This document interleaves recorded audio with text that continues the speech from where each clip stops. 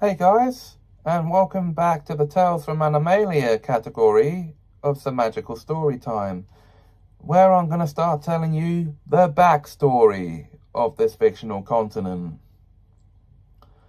So, without further ado, let's get into Genesis Part 1, The Settlers. In the ancient times, long before the continent we now know as Animalia was even known to the world, it all began in the far west of our known world. There stood a hidden continent, which was hidden by some very powerful magic. One day, a parade of wild animals came trekking through the land and stopped dead, utterly confused about where they were. There was a lion, a tiger, an elephant, a camel, some birds, and some pigs. Keep in mind, this was before humanoid animals that could talk and live in harmony existed. In these times, the animals were socializing in their own way. After a few weeks, the animals met the creatures of the sea and welcomed them to their party in their own way. At this point, every animal in the land had started to glow and started speaking. The magic had finally decided to reveal itself to the animal kingdom. As this was only just starting to happen, the animals could talk but weren't humanoid yet, but would evolve to that point over time as their community developed. Of course, they knew this process was going to take time, but they didn't know how long it was going to take.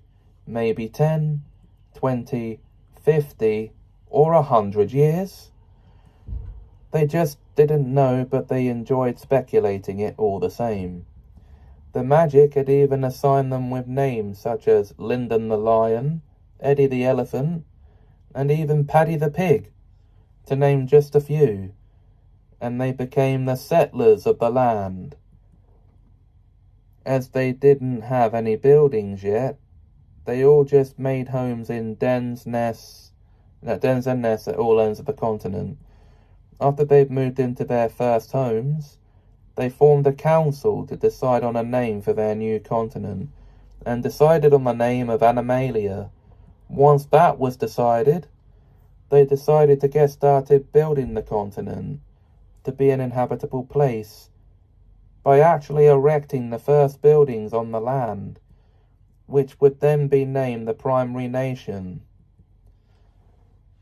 and would serve as the capital of Animalia, as it was home to the Animalia government building and the royal palace of Animalia.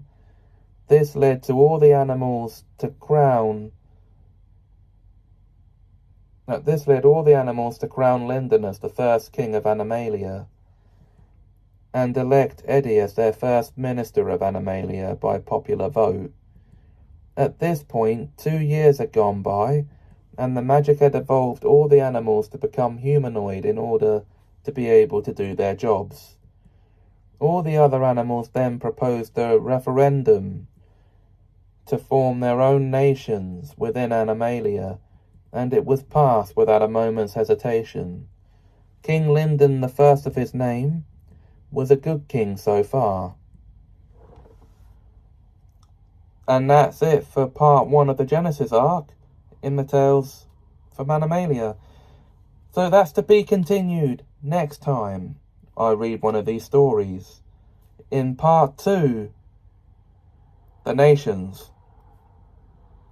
Until then, if you enjoyed this story, please like, comment, share and subscribe.